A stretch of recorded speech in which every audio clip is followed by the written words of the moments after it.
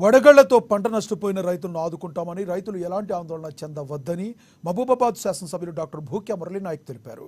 జిల్లాలో అకాల వర్షానికి దెబ్బతిన్న పంట పొలాలను ఎమ్మెల్యే మురళీనాయక్ పరిశీలించారు. వడగండ్ల వర్షంతో నష్టపోయిన వరి, మామిడి రైతులను, అదేవిధంగా దెబ్బతిన్న గృహాల యజమానులను సైతం కాంగ్రెస్ పార్టీ ఆదుకుంటుందని, జిల్లా పరిధిలో నష్టపోయిన రైతాంగాన్ని ఆదుకుంటామని తెలిపారు. నష్టపోయిన రైతులకు ఎకరాకు 10,000 సహాయాన్ని అందిస్తామన్నారు. గత ప్రభుత్వం వడగళ్ల వల్ల నష్టపోయిన రైతన్నలను ఆదుకోలేదని గుర్తు చేశారు.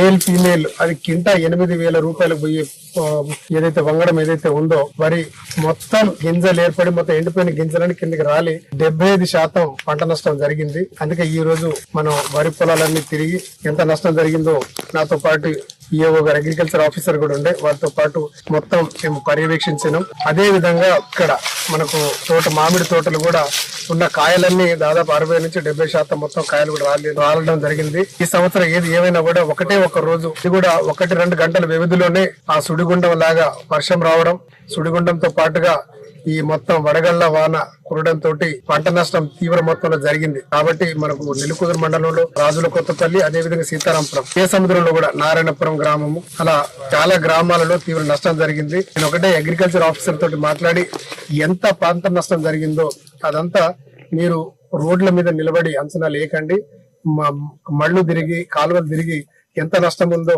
అంత అంచనా వేయండి. భూపాలపల్లి మున్సిపాలిటీ పరిధిలోని 16, 15